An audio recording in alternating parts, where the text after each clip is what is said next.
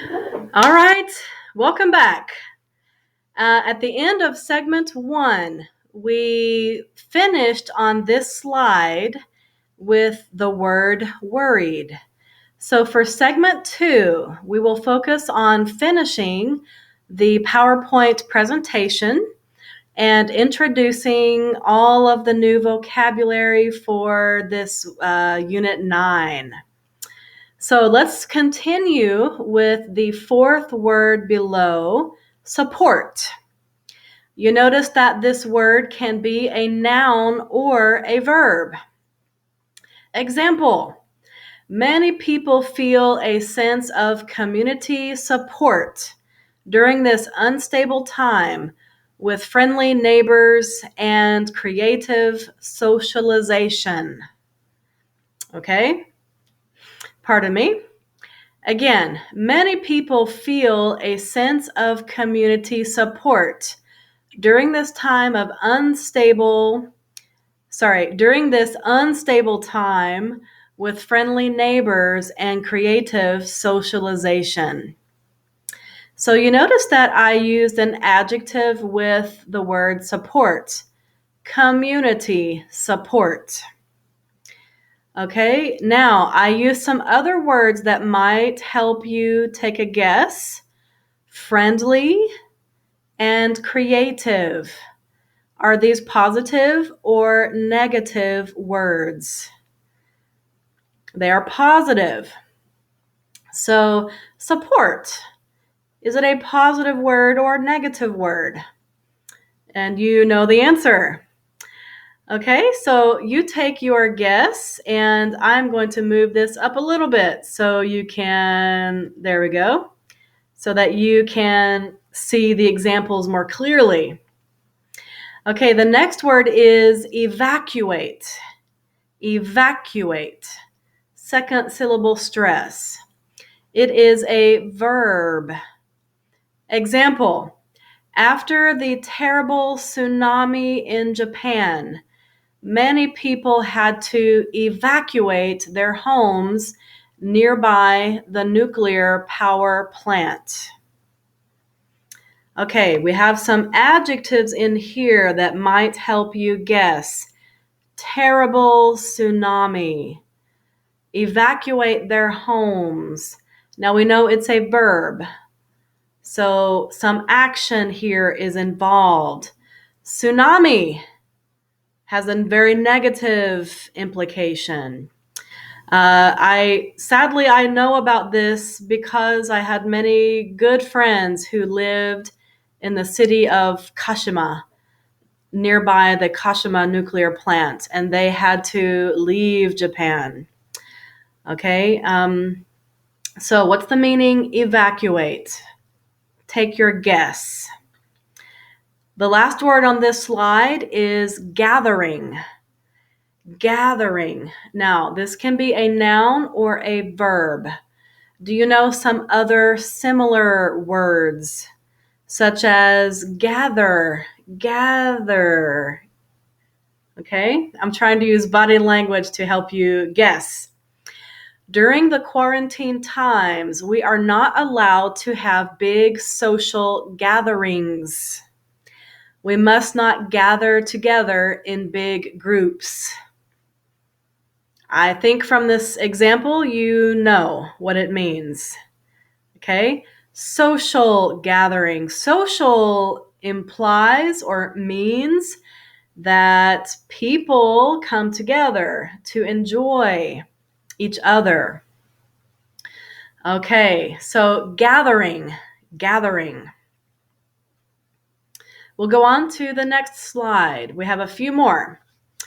Okay, first one is grabbed. Grab. I grabbed my coffee cup. Now, if I did not have water here, I would show you more quickly, because to quickly take something is to grab it. I quickly grabbed my cat before she ran into the street. All right, I gave an example about my cat because I introduced you to my cat in the previous lesson. The next word, destroyed. Destroyed. It's a verb, and ed tells us it is past tense. After a damaging wind storm, my patio umbrella was destroyed. I had to get a new one. I tried to give you an antonym, not a synonym, but an antonym, opposite meaning. So I had to get a new one because my other one was destroyed. Take your guess. The third word below, generous. Generous. It's an adjective. In order to help medical workers, many kind citizens are being generous to help make masks to protect them from the virus. How about you? Have you helped to make masks, or do you know anyone who has helped? My church has helped to make almost 1,000 masks. So what's your guess for the word generous? Okay. Some words or synonyms or something that might help you guess. We have help, kind, help again, and protect. Do these words give you a feeling, something good or something bad? So we can guess it's something positive, generous. Okay, the next word is strangers. It's a noun, and I will tell you it relates to people. Do you like to talk to strangers, or do you prefer to talk with people you know? So here the clue is opposite meaning. Strangers or people you know. Okay? So if people we know is the opposite, then a stranger is someone I don't know. The last word, message. Message. It's a noun. My neighbor came by my house when I wasn't home and left a written message with her phone number and kind greetings. It's a true example before the quarantine. Okay, so do we have any words here that might help? Written message with her phone number and kind greetings. Okay, so she wrote something. She wrote words to me. She left a message. So I think you have a guess what this word means. Okay, so once more, we have grabbed, destroyed, generous, strangers, and message. Good. Okay, now I would like to give you a few cultural tips or cultural information about daily life, daily living in the USA. And many of you have lived here for a long time. So I'm sure that you have noticed or observed the same things. So if you notice the pictures, you see the word convenience at the top. You see the word privacy below. And you may notice my hand is blocking the view, but you see two people with their arm like this. And that is because it relates to an expression I will introduce. Okay, on the bottom left side, we see a person with two phones, coffee cup, notepad, time clock. We have talked about how time is money in the USA. So let's move on. Okay. A few tips for American daily life. Okay, pardon me as I get more comfortable. Okay, the first tip is even before social distancing, people usually keep an arm's length, okay? Arm's length of space between others. You often hear the phrase, don't invade my personal space, or get away from my personal space.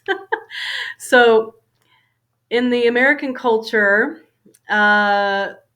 people tend to, we are an individualistic culture. So people often need and want their personal time and personal space. This is very different from cultures who are community oriented or collective cultures. Collective meaning joining together. So if you come from maybe an Asian culture, you might have a less sense of space. Okay, so this is one tip. So even after the social distancing, people will probably not stay too close together. Second tip below, neighbors often keep to themselves. This means they prefer privacy, unless the neighborhood is an intentional community. Now, intentional meaning perhaps the neighborhood was designed or planned for people to live close together and have regular contact or meetings or gatherings. I know some friends who have lived in this kind of community. But in the USA, as you have noticed, people usually have their own house and the houses are separated with a private space, maybe a private yard, with a fence, maybe a fence. This relates to American culture. So people are friendly, but friendly at a distance. Okay, now the third point we have talked about before in a previous chapter. Neighborhood watches are common and active in neighborhoods, in communities, which means that people look out, they keep watch for danger or crime, and they report disturbances. That means if I see a car maybe driving slowly, looking at each house, I will call the police, probably. So, does your neighborhood have a community watch? Okay. The fourth point, the USA is a culture of convenience. So, you know this, fast food restaurants, drive-through. These days, especially, we see a lot of drive-throughs are open. Okay. Uber Eats, for example, is maybe an online app you can use on your phone to order food. It's very convenient and fast. Grocery delivery. I use these examples because these days it's very convenient since we cannot go to eat in a restaurant.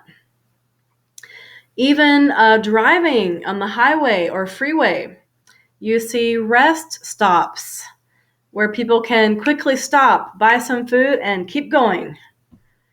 Okay, now the expressions that you might see a lot of also are like 10-minute meals or quick and easy, quick and easy. So this idea, if something is fast, easy, convenient, American culture loves this. So even if I go to have my car oil changed, I go to an express service, just in and out, Fast and easy.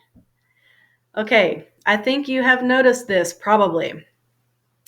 The final point I would like to mention, and we have talked a little bit about this before, it takes time and effort to build lasting friendships, even for American people. And many people feel isolated, which means lonely. So, have you noticed this? So, even for example, greetings. How are you? Hi, how are you? Usually, how are you is just a greeting. You might give a simple answer, oh, I'm good, I'm fine, thank you.